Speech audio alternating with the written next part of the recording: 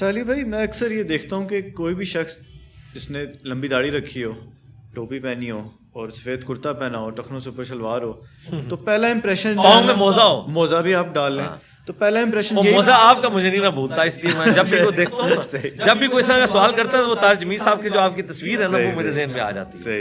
بالکل بالکل، تو پہلے جس طرح ہمارے آقے بھائی ہوا کرتے تھے. تو پہلا امپریشن آتا ہے کہ یار بہت نیک انسان ہے. اکثر لوگ کسی محفل میں دعا بھی کراتے ہیں، دعا کے لیے کہتے ہیں کہ ہمارے لیے دعا کریں.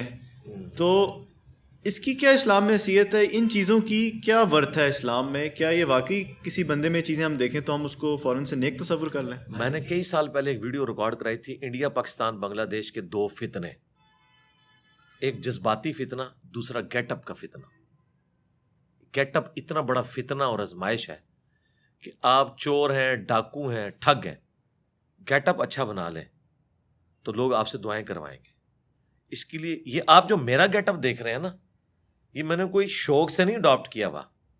میں عام حالت میں اپنے آپ کو اتنا ڈومیننٹ نہیں رکھتا. میں نہیں چاہتا کہ میں نے پگڑی پہنی ہوئی ہو اور میں مسجد میں نماز پڑھنے جاؤں اور لوگ میرے ساتھ آ کے تصویریں کھنچوا رہے ہوں تو میں اللہ کو کیا منہ دکھاؤں گا. میں پھر دنیا میں ہی سب کچھ کما بیٹھا، ٹھیک ہے، مسکینوں کی طرح زندگی گزارتا ہوں، مسجد بھی بدل بدل کے نماز پڑھتا ہوں، ایسی جگہوں پہ ماسک استعمال کر کے مجھے کوئی پہچانا ہی نہ. عام حالت میں ٹوپی پہنتا ہوں، پگڑی نہیں پہنتا. یہ جو گیٹ اپ میں نے اس وجہ سے اڈاپٹ کیا کہ جس بے وقوف عوام کو میں نے دین سکھانا ہے ان کے لیے قرآن کی کوئی اہمیت نہیں، حدیث کی کوئی اہمیت نہیں. گیٹ اپ نمبر 1 ہے. خصوصاً دیوبند اور بریلوی میں آپ دیکھیں گے داڑھی پوری ہے، ننگے سر تو نہیں ہے. اس لیے دیکھیں ان کو ڈاکٹر ذاکر نائک کی پینٹ ٹخنوں سے اوپر نظر نہیں آ رہی ہے، ٹائی نظر آ رہی ہے. کہتے ہیں اس کا تو لباس ہی یہودیوں والا ہے، عیسائیوں والا ہے، اس نے کیا اسلام کی تبلیغ کرنی ہے. تو میں نے مجبوراً، بہت پہلے مجھے سمجھ آ گیا، میں نے یہ گیٹ اپ اڈاپٹ کیا. یہ پگڑی میں پہلے بھی باندھتا تھا، میں اپنے میٹرک لائف سے پگڑی باندھتا ہوں، لیکن صرف جمعے والے دن باندھتا تھا، عام حالت میں نہیں، ایک شوق کے طور پہ، سنت کے طور پہ. لیکن جب میں نے یہ تبلیغ کا سلسلہ شروع کیا، یہ پگڑی میں نے اپنی نشانی بنا لیا تاکہ جب کبھی میری کہیں پہ کسی کے پاس کلپ پہنچے نا تو پہلا جو شیطان نے اسے جھٹکا لگانا ہے نا، اس کی تو شکل ہی مسلمانوں والی نہیں ہے، ٹھیک ہے. کرتا شلوار پہنا، کبھی کالر والی قمیض نہیں پہنی، ٹھیک ہے. اور اس سے بڑھ کے اب یہ تو میں نے بال بھی رکھنے لمبے شروع کر دیے ہیں، یہ بھی دے، اور کچھ نہیں تو یہ لوگوں کو نظر آ جاتے تھے. اے بھی میں تھوڑا پورا کرتا ہوں، خوش ہو ہوں کہڑی شہر رہ گئی دسو، ٹھیک ہے. اگر آپ نے مسواک کہتے ہیں تو یہاں لگانی ہے تو وہ بھی میں لے کے کسی دن لگا لوں گا، پیلی چپل بھی خرید لوں گا، ٹھیک ہے. یہ سب کا سب چل رہا ہے ان کا. اچھا، اور یہ میں آپ کو بتاؤں، یہ گیٹ اپ کا جو فتنہ ہے نا، اپنے مسلک کے لیے ان کا ہے. آپ کسی دیوبندی کو سبز پگڑی والا بندہ دکھا دینا، وہ اس کو دیندار نہیں نظر آئے گا، کیونکہ فوراً دماغ میں آئے گا تو بریلوی ہے. کسی بریلوی کو آپ صاف کیے ہوئے مونچھیں اور سخت ٹوپی والا بندہ دکھا دیں، سفید شلوار قمیض اور اوپر کالی واسٹ پہنی ہوئی ہو، اس نے، اسے نظر آ جائے گا دیوبندی ہو، کہے گا یہ مذہبی آدمی نہیں ہے تو دیوبندی ہے. مذہبی بھی صرف اپنے فرقے کا، اور نشانیاں بنائی ہوئی ہیں. آپ کو کبھی اہل حدیث اس گیٹ اپ میں نظر آیا؟ نہیں. اس گیٹ اپ میں آپ کو یا دیوبندی نظر آئے گا یا بریلوی نظر آئے گا. اہل حدیث ٹوپی اول تو کوشش کرے گا نہ ہی پہنوں بھی تو ادھر پہنوں، بال تھوڑے نکلے ہوئے ہوں، داڑھی کے کچھ بال ادھر جا رہے ہوں، ادھر جا رہے ہوں، تاکہ لگے کہ یہ اہل حدیث ہے. پگڑی نہیں پہنے گا وہ. اور اس طریقے سے کبھی بریلوی دیوبندی یہ نہیں کرے گا کہ میں تھوڑا سا اہل حدیث والا کوئی گیٹ اپ اڈاپٹ کر لوں، کہے گا نہیں یار یہ تو شکل ہی بھابی والی لگے گی، گال کس نے کس سننی ہے، جب شکل ہی بھابی نظر آئے گا بندہ. تو شکلوں کے اندر پورے کا پورا دین انہوں نے گھسایا ہوا ہے. اس سے کوئی مذہبی نہیں ہوتا کہ کسی نے چمڑے کے موزے پہن لی ہیں، ٹھیک ہے. میں نے تو غامدی صاحب سے کہا تھا کہ آپ میری داڑھی لے لیں، مجھے اپنے اخلاقیات دے دیں. تو مجھے کہنے لگے انجینئر صاحب میں جوانی میں آپ سے بھی زیادہ جذباتی تھا، ٹھیک ہے، آپ اتنے جذباتی نہیں ہیں، تو وقت کے ساتھ فرق پڑے گا. تو اللہ کا فضل ہے، فرق پڑ رہا ہے. لیکن الحمدللہ ریڈ لائن کبھی بھی کراس نہیں کی ہے. حضرت عمر سے ابھی بھی میں بہت نہ رہوں الحمدللہ، لیکن حضرت ابوبکر کی طرح کا اخلاق نہیں ہے تو کوئی فرق نہیں پڑتا. رسول اللہ کے تو دونوں ساتھی تھے، ابوبکر بھی اور عمر بھی، دونوں رول ماڈل ہیں ہمارے لیے، ٹھیک ہے. تو آج اگر حضرت عمر زندہ ہوتے تو چشتی رسول اللہ، اشرف علی رسول اللہ پہ ان کا ریاکشن مجھ سے زیادہ سخت ہوتا. ڈگریاں ایسے مولویوں کی کینسل کرتے جو ان چیزوں کا دفاع کرتے ہیں. میں تو صرف علمی اختلاف کرتا ہوں. تو ایک گیٹ اپ کا فتنہ سارا تماشا ہے. سری روی شنکر کا مناظرہ ہوا تھا یا ڈیبیٹ کہہ لیں ڈاکٹر ذاکر نائک کے ساتھ. وہ ڈاکٹر ذاکر نائک سے زیادہ خوبصورت بھی ہے, گیٹ اپ بھی اس کا سنت کے زیادہ قریب تھا, زلفیں بھی, داڑھی بھی اتنی پیاری, اور بولنے کا انداز کیا بات, جیسے پھول جھاڑ رہے ہیں, لیکن ہے ہندو تھا. اس کو دیکھ کے ہی آپ کو اندازہ ہو جائے گا. پھر بھی آپ کو یقین ہے تو پی کے فلم میں تو کئی ایسے سینز ہیں جس میں اس نے ثابت کیا کہ گیٹ اپ کے ذریعے آپ کسی مسلمان کو ہندو, کسی ہندو کو مسلمان ثابت کر سکتے ہیں. یہ گیٹ اپ کی اوقات اتنی ہے. اسی کو کہا جاتا ہے نا کہ منہ مومنا تے کرتوت کافرا. تو کرتوت مسلمانوں والے ہوں, منہ بھی ٹھیک ہے اسلام کے قریب ہو, لیکن یہ نہ ہو کہ آپ نے گیٹ اپ تو اوڑا ہوا ہے اسلام والا اور کرتوت آپ کے سارے برے ہیں. تو ان ظواہر کی بھی اپنی اہمیت ہے, لیکن وہاں تک جو فرائض ہیں, جیسے اتنی داڑھی رکھنا کہ کھال چہرے کی چھپ جائے, یہ مسلمان مرد پہ فرض ہے قرآن کی روح سے. وَلَا آمُرَنَّهُمْ فَلَا يُغَيِّرُنَّ خَلْقَ اللَّهِ, سورہ النساء کی آیت نمبر 119 میں آیا. شیطان نے کہا تھا میں ابھاروں گا تیری مخلوق کو, وہ تیری خلقت کو بدلیں گے. مرد کو اللہ نے داڑھی دی ہے, عورت کو نہیں دی ہے. مرد نے اتنی داڑھی ضرور رکھنی ہے کہ اس کی چہرے کی کھال چھپ جائے. ہاں مٹھی رکھے گا افضل ہے, اس پہ کوئی کمپرومائز نہیں ہے, یہ بیسکس ہے. ہاں سفید لباس نہ پہنے کوئی مسئلہ نہیں, یہ اس کی بجائے کالر پہننا ہے پہنے, ٹھیک ہے. کرتا نہیں پہننا آپ کف والا پہنے, کوئی مسئلہ نہیں, اس کے اندر کوئی چیز گھسی نہیں ہوئی ہے, ٹھیک ہے. ٹخنوں کو ننگا رکھنا ایک مرد کا شعار بھی ہے, اللہ کے نبی علیہ السلام نے حکم بھی فرمایا. ہاں ٹھیک ہے ٹخنے ننگے رکھیں, وہ یہ نہیں کہ آپ گھٹنوں تک لے جائیں, کوئی ضروری نہیں ہے, ٹھیک ہے. پینٹ پہننی ہے آپ ضرور پہنیں, پینٹ کے اندر یا شلوار قمیض میں اسلام نہیں گھس گیا ہوا.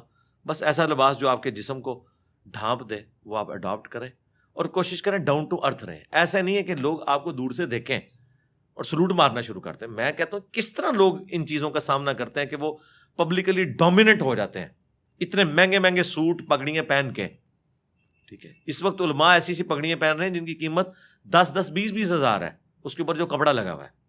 ہم کیا ہے وہ جو کاٹن کا جو شلوار والا کپڑا ملتا ہے نا کھلا, یہ اس میں سے ہم پگڑی بناتے ہیں, چاہے کالی ہو یا, تو کیا فرق پڑ گیا. تو اب میں کہوں کہ نہیں جناب اس کی بجائے میں نے جو ہے ایجپشن کاٹن جا کے خریدنی ہے, اس کی پگڑی بنانی ہے, تو کیا میں اللہ کو کیا منہ دکھاؤں گا. کام چل رہا ہے بھائی, ٹھیک ہے. یہ کیٹی کا سوٹ لیا ہوا ہے وائٹ, دھو کے وہی پہن لیتے ہیں دوبارہ سے. یہ دیکھو 50 اب میں سوٹ لے لوں گا جن میں نے وائٹ کاٹن فلاں برانڈ کی لینی ہے, ٹھیک ہے. کام چل رہا ہے, اللہ چلا رہا ہے. تو گیٹ اپ کے اندر کوئی اسلام نہیں گھسا ہوا. اچھا علی بھائی, ایک کوشچن جو ہے وہ بہت کامن ہے, اکثر لوگ جو ہے وہ مجھ سے بھی پوچھتے ہیں اور مشہور بھی بہت ہے, کہ اللہ تعالیٰ نے جب تقدیر انسان کی پہلے سے لکھ دی ہے تو پھر تو ہر بندے کے پاس جسٹیفیکیشن آ گئی ہے, وہ کوئی غلط عمل بھی کرے گا بولے گا اللہ کی مرضی تھی, تقدیر یہی تھی. تو ایسے سوالوں کا انسان کیسے اس کو جسٹیفائی کرے, اور خود بھی کبھی کبھی دماغ میں وسوسہ یہ آ جاتا ہے. یہ جو دماغ میں وسوسہ آتا ہے نا, یہ صرف اپنے آپ کو دھوکہ دینے کے لیے آتا ہے, اور صرف یہ چیزیں ان معاملات میں آتی ہیں جو اللہ نے اوبلیگیشنز ہمارے اوپر لگائی ہوئی ہیں. جو ہم اپنے کام خود کر رہے ہوتے ہیں نا, اس میں ہم اللہ کے فضل سے اللہ کے حصے کا کام بھی اپنے ذمہ لیا ہوتا ہے. توکل کی بھی کمی ہوتی ہے جو ہم نے خود کرنے ہوتے ہیں. کبھی کسی نے نہیں کہا کہ دعا کریں جی میں بس انشاءاللہ ارادہ ہے ابھی گھر جا کے میں نے ڈنر کرنا ہے تو میں گھر تک پہنچ جاؤں, کرنا ہوتا ہے. کبھی کسی نے کہا کہ یہ جی میں ابھی ٹوائلٹ جا رہا ہوں, دعا کریں کہ میں فارغ ہو کے نا سلامتی کے ساتھ باہر آ جاؤں. حالانکہ یہ بھی ایک بڑی مشکل ایکٹیویٹی ہوتی ہے جو پرفارم ہو رہی ہوتی ہے.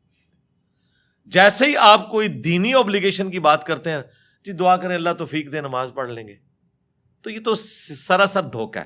شریعت میں اس کی کوئی گنجائش نہیں کہ آپ اس طرح کا معاملہ کریں. انبیاء کا مقدمہ, کتابوں کا مقدمہ قائم ہی اس بات کے اوپر ہے کہ انسان کو اختیار دیا گیا ہے. ادروائز کتابوں اور پیغمبروں کی کوئی ضرورت ہی نہیں تھی. اگر اللہ تعالیٰ نے سافٹ ویئر اوپر سے فیڈ کیا اور آپ اسی کے مطابق چلیں گے, وہ والی مخلوق تو ہے اللہ کے پاس فرشتے. انسان کو اللہ نے اختیار دیا ہے. اِنَّا هَدَيْنَاهُ السَّبِيلَ, بے شک ہم نے تمہیں راستہ دکھا دیا ہے ہدایت کا. اما شاکرا و اما کفورا, چاہے شکر گزاری کی روش اختیار کرو خواہ ناشکری کی. یہ بالکل لوگ جھوٹ بولتے ہیں کہ جی تقدیر میں جو لکھا ہوا ہے ہم اس کے پابند ہو گئے. یہ کس آیت میں لکھا ہوا ہے؟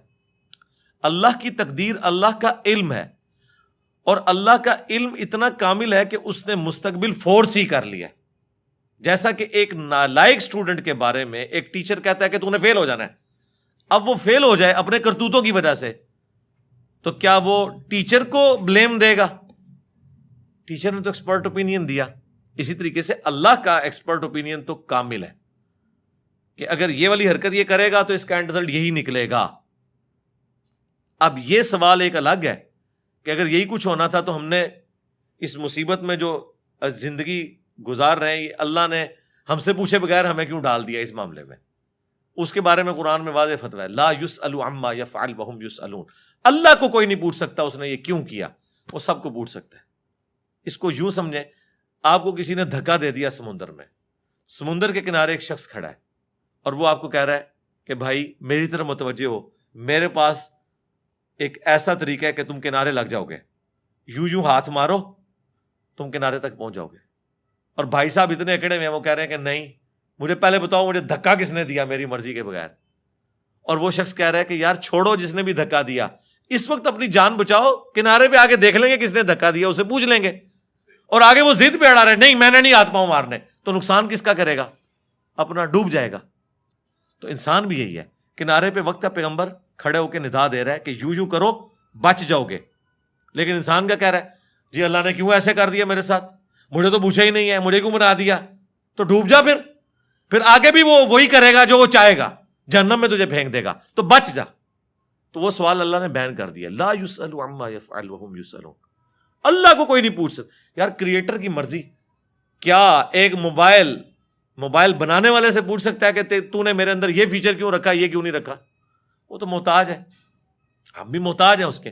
ہم نے گیون سرکمسٹانسز کے اندر پرفارم کرنا ہے، یقیناً اللہ کے پاس اس کی کوئی جسٹیفیکیشن ہے، جنت میں جا کے پوچھ لیں گے.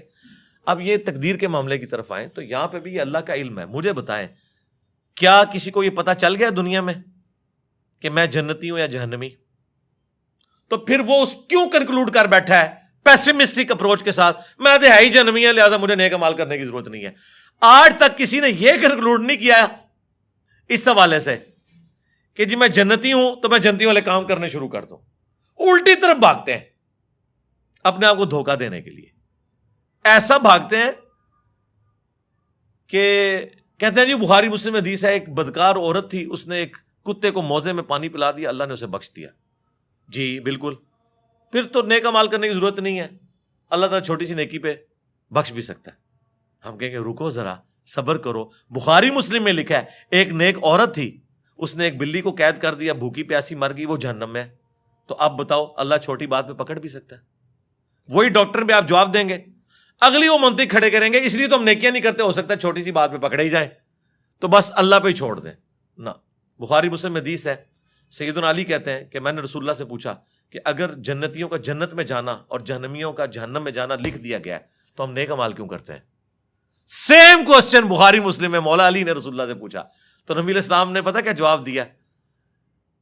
بالکل ہٹ کے ایک جواب دیا. آپ نے فرمایا تم عمل کرتے رہو، جو جنتی ہوگا اس کے لیے جنتیوں والے اعمال آسان ہو جائیں گے، اور جو جہنمی ہوگا اس کے لیے جہنمیوں والے اعمال آسان ہو جائیں گے.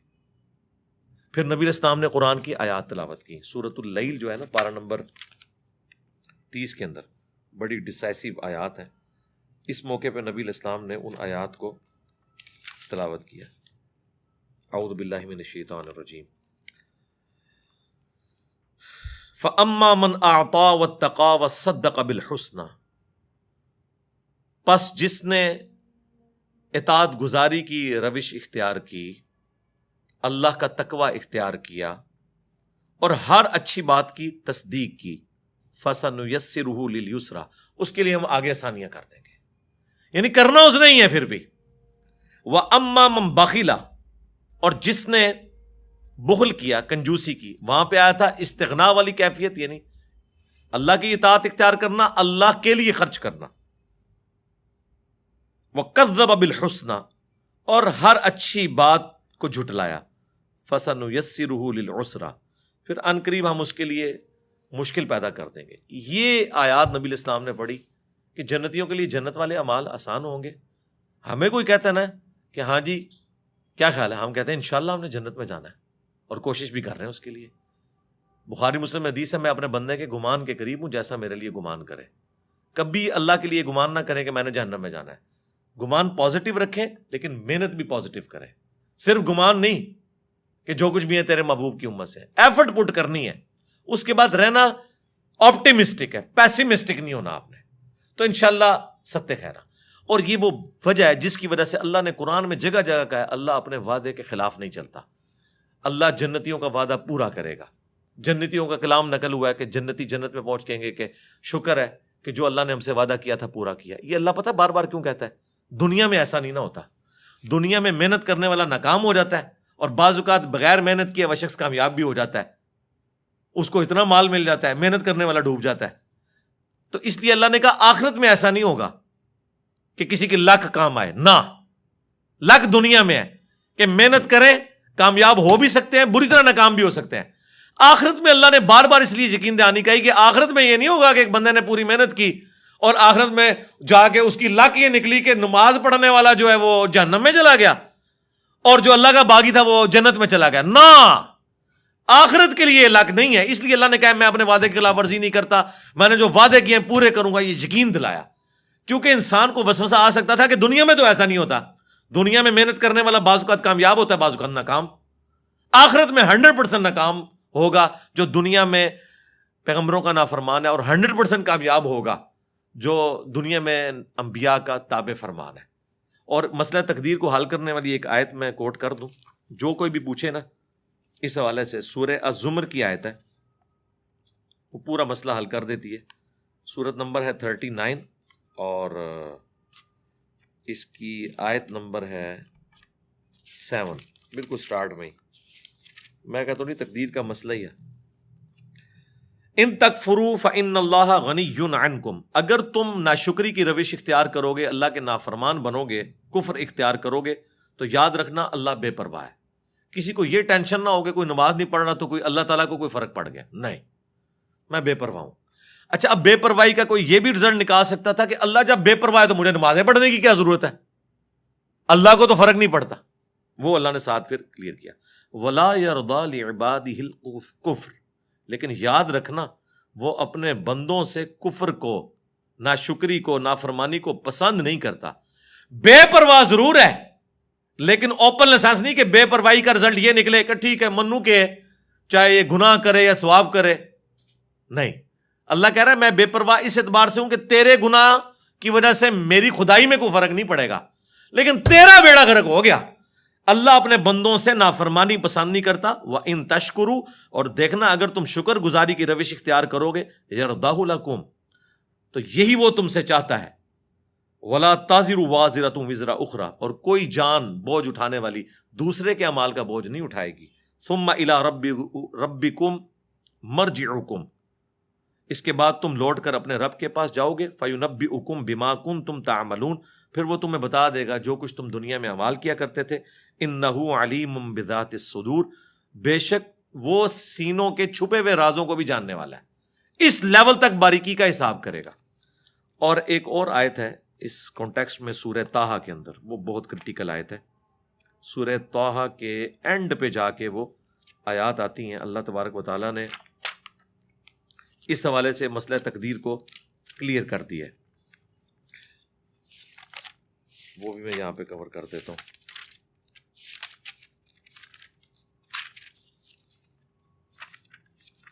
سورۃ الکہف کے بعد سورہ مریم اور طٰہٰ کے بالکل اینڈ پہ جا کے آئے تھے۔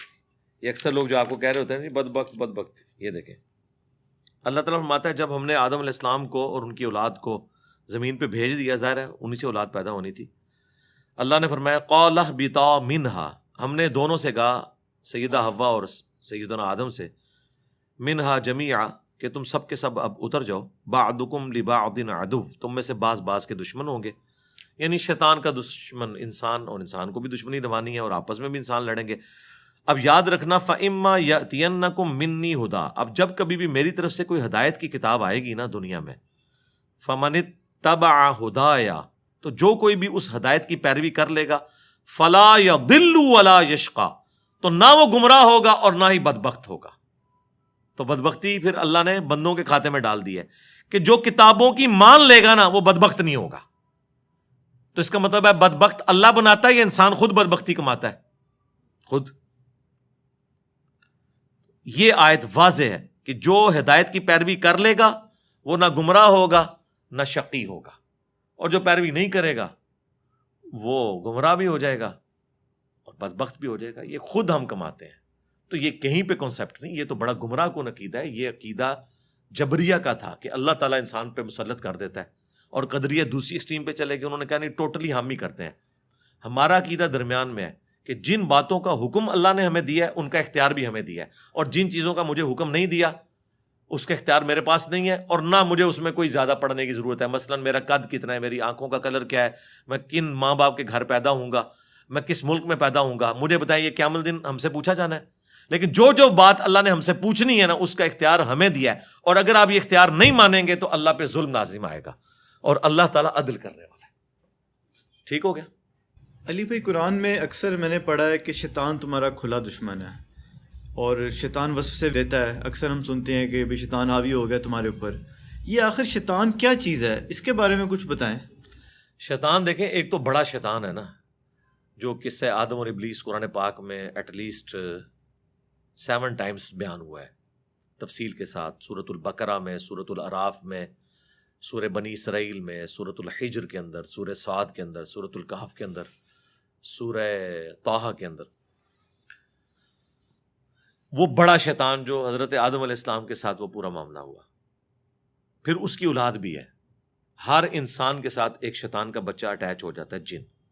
بخاری مسلم دونوں میں حدیث ہے کہ شیطان انسان کے جسم میں خون کی طرح دوڑتا ہے، اور مسلم شریف میں حدیث ہے ہر انسان کے ساتھ ایک فرشتہ ہے اور ایک جن ہے۔ شیطان اور جن یہ انٹرچینجبل ہے، کیونکہ اس کی اسپیشی جن ہے۔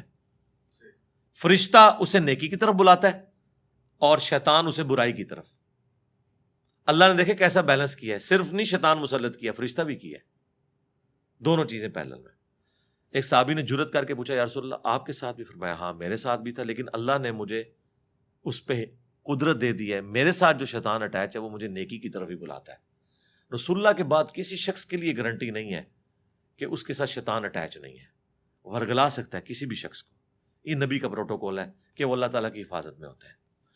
اب ظاہر ہے وہ شیطان انسان کے جسم میں پھونکے مارتا ہے، نفس اس کا بہترین ایک مسکن ہے جس کے ذریعے وہ نفسانی خواہشات کو ابھارتا ہے۔ اس وجہ سے شیطان ایک پرسنالٹی بھی ہے اور ایک سمبل کے طور پہ بھی ہے۔ انسان کے اندر کا جو شیطان ہے وہ اتنا بڑا ہے کہ اس نے شیطان کو شیطان بنا دیا ہے۔ شیطان تو پہلے اللہ کا مقرب بندہ تھا نا، اکڑ پیدا ہوئی، تکبر آیا، تو اللہ نے کیا فرمایا؟ ابا واستکبر وکان من الکافرین۔ اکڑ گیا، تکبر میں آ گیا، راندہ درگاہ ہو گیا۔ آج ہم اسے کہتے ہیں ابلیس، جیلس ہوا ہوا، الرجیم کہتے ہیں، مردود بارکا۔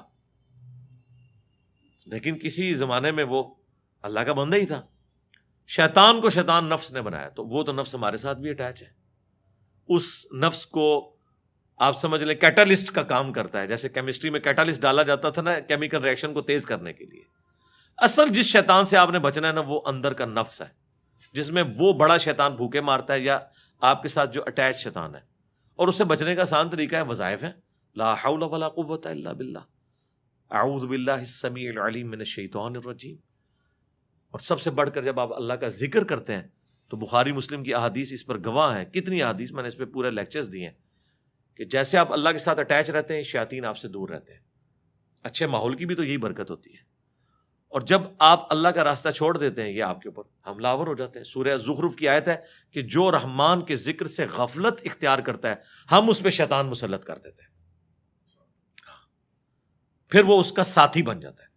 یعنی اس کا مطلب ہے کہ شیطان مسلط ہونے دیتے ہیں۔